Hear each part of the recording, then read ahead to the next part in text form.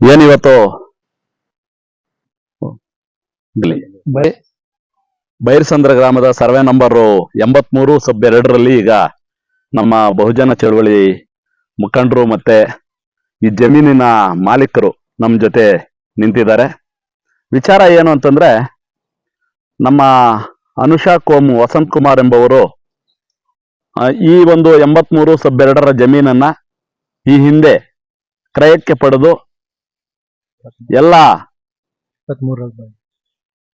ಒಂದು ಜಮೀನನ್ನ ಸಮತಟ್ಟು ಮಾಡಿ ಒಂದು ಫೆನ್ಸಿಂಗ್ ಹಾಕೊಂಡು ಸ್ವಾಧೀನದಲ್ಲಿರ್ತಕ್ಕಂಥ ಒಂದು ಸಂದರ್ಭದಲ್ಲಿ ಪಕ್ಕದಲ್ಲೇ ಇರತಕ್ಕಂಥ 83 ಸಬ್ 3ರ ಜಮೀನ್ ಮಾಲೀಕರು ಪ್ರತಿನಿತ್ಯ ಯಾವುದೋ ಒಂದು ತಂಟೆ ತಗಾದೆ ತೆಗೆಯೋದು, ನೆಮ್ಮದಿಯಾಗಿರ್ತಕ್ಕಂಥ ಜನಕ್ಕೆ ಮೇನ್ ಡ್ರೈವರ್ಟ್ ಆಗೋ ರೀತಿ ಇಲ್ಲಿ ಒಂದು ಪ್ರಾಬಲ್ಯವನ್ನ ಬೀರಿ ಶಾಂತಿ ಭಂಗ ಮಾಡ್ತಾ ಇದ್ದಾರೆ. ಪ್ರತಿನಿತ್ಯ ಏನೋ ಗಲಾಟೆ ನಡೀತಾ ಇರ್ಬೇಕಿಲ್ಲಿ. ಯಾಕೆ ಅಂತಂದ್ರೆ, ಅವ್ರದ್ದು ಏನಾದ್ರೂ ಇದ್ರೆ ದಯವಿಟ್ಟು ನಾವ್ ಹೇಳ್ತಾ ಇದ್ದೀವಿ, ಮಾನ್ಯ ADLR ಅವ್ರಿಗೆ ತಮ್ಮ ದಾಖಲೆಗಳನ್ನ ತಗೊಂಡೋಗಿ ಸಬ್ಮಿಟ್ ಮಾಡಿ, ನಿಮಗೆ ಏನಾದ್ರೂ 83 ಸಬ್ 2ರಲ್ಲಿ ಏನಾದ್ರೂ ನಿಮಗೆ ಬರೋ ಹಾಗಿದ್ರೆ ತಕ್ಷಣ ಮಾನ್ಯ ದಂಡಾಧಿಕಾರಿಗಳ ನೇತೃತ್ವದಲ್ಲಿ ಮತ್ತೆ ADLR ನೇತೃತ್ವದಲ್ಲಿ ನಾವು ಬಿಡಿಸುವಂತ ಕೆಲಸವನ್ನ ನಾವೇ ಮಾಡ್ತೀವಿ.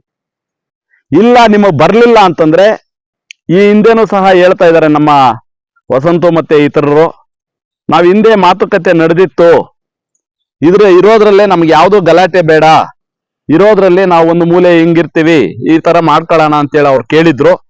ನಂತರ ಅವರೇ ಕೇಸುಗಳು ಹಾಕೋ ಮಟ್ಟಕ್ಕೆ ಹೋದ್ರು. ಆದ್ರೆ ಇವತ್ತು ನಾವು ರಾಜಿ ಸಂಧಾನಕ್ಕೆ ರೆಡಿ ಇಲ್ಲ ಅಂತ ಕೂಡ ಈ ಸಂದರ್ಭದಲ್ಲಿ ನಮ್ಮ ಜೊತೆ ಹಂಚ್ಕೊಂಡಿದ್ದಾರೆ ಅದನ್ನ. ಹಂಗಾಗಿ ಆ 83 ಸಬ್ 3ರ ಜಮೀನ್ ಮಾಲೀಕರಿಗೆ ಇನ್ನೂ ಒಂದು ಕ್ಯೂ ಮಾತು ಹೇಳ್ತಾ ಇದ್ದೀನಿ. ತಾವು ಪ್ರತಿನಿತ್ಯ ತಾವು ಏನು ಶಾಂತಿ ಭಂಗವನ್ನು ಉಂಟು ಮಾಡ್ತಾ ಇದ್ದೀರೋ ದಯವಿಟ್ಟು ಇಲ್ಲಿಗೆ ನಿಲ್ಲಿಸಿ. ಇಲ್ಲ ಅಂತಂದ್ರೆ ಕಾನೂನಿನ ಚೌಕಟ್ಟಿನ ಅಡಿಯಲ್ಲಿ ಅವ್ರಿಗೇನಾದ್ರೂ ಅವ್ರ ಜಮೀನಿಗೆ ತೊಂದರೆ ಆಗೋದಾಗ್ಲಿ, ಆ ಜಮೀನಿನ ಮಾಲೀಕರ ಮೇಲೆ ಯಾವುದೇ ರೀತಿಯ ಹಲ್ಲೆ ಘಟನೆಗಳು ನಡೆಯೋದಾಗ್ಲಿ, ಏನೇ ಒಂದು ಅನಾಹುತಗಳಾದ್ರೆ ಕೂಡ ನೇರ ಹೊಣೆ ತಾವುಗಳಾಗಿರ್ತೀರಿ.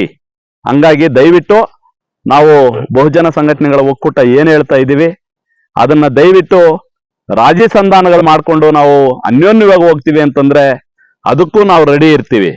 ಇಲ್ಲ ಅದಿಲ್ಲ, ನಾವು ಕೇಸುಗಳು ಹಾಕೊಂಡಿದ್ದೀವಿ, ಕೇಸುಗಳಲ್ಲಿ ಇತ್ಯರ್ಥ ಆಗೋ ತನಕ ನಾವು ಕೇಸುಗಳನ್ನೇ ಹಿಂಬಾಲಿಸ್ತೀವಿ ಅನ್ನೋದಾದ್ರೆ, ಕೇಸು ನಿಮ್ ಪರವಾಗಿ ಆಗ್ತದೋ ಅವ್ರ ಪರವಾಗಿ ಆಗ್ತದೋ ಅಲ್ಲಿ ತನಕ ದಯವಿಟ್ಟು ಶಾಂತಿಯುತವಾಗಿರಿ ಅಂತ ಹೇಳಿ ಕೂಡ ಈ ಸಂದರ್ಭದಲ್ಲಿ ನಾವು ಹೇಳಲಿಕ್ಕೆ ಇಚ್ಛೆ ಪಡ್ತೀವಿ.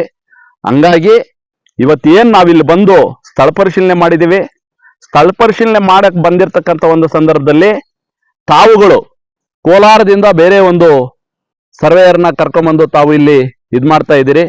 ಅದನ್ನ ನಾವು ಸಂಬಂಧಪಡ್ತಕ್ಕಂಥ ನಮ್ಮ ಅಧಿಕಾರಿಗಳನ್ನ ನಾವು ಕೇಳಲಾಗಿ, ಯಾರೇ ಬಂದ್ರೇನು ಸಹ ಸ್ಥಳೀಯ ಅಧಿಕಾರಿಗಳನ್ನ ಭೇಟಿ ಮಾಡಬೇಕಾಗಿತ್ತು.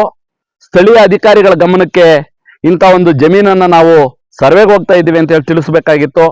ಸ್ಥಳೀಯ ಪೊಲೀಸ್ ಇಲಾಖೆಗೆ ತಿಳಿಸ್ಬೇಕಾಗಿತ್ತು. ಇವೆಲ್ಲ ಏನೂ ಇಲ್ಲದೆ ಏಕಾಏಕಿ ಇಲ್ಲಿ ಬಂದು ಬೇರೆ ರೀತಿ ನಡ್ಕೊಳ್ಳೋದು ನೋಡಿದ್ರೆ ನಮ್ಗೆ ಅನುಮಾನಗಳನ್ನ ಕಾಡ್ತಾ ಇದೆ. ಆ ಅನುಮಾನಗಳಿಗೆ ನೇರ ಹೊಣೆ ನೀವೇ ಆಗಿರ್ತೀರಿ ಅಂತೇಳಿ ಈ ಸಂದರ್ಭದಲ್ಲಿ ಹೇಳ್ತಾ ನನ್ನ ಮಾತನ್ನ ಮುಗಿಸ್ತೀನಿ. ಜೈ ಭೀಮ್, ಜೈ ಕರ್ನಾಟಕ, ಜೈ ಪ್ರಬುದ್ಧ ಭಾರತ.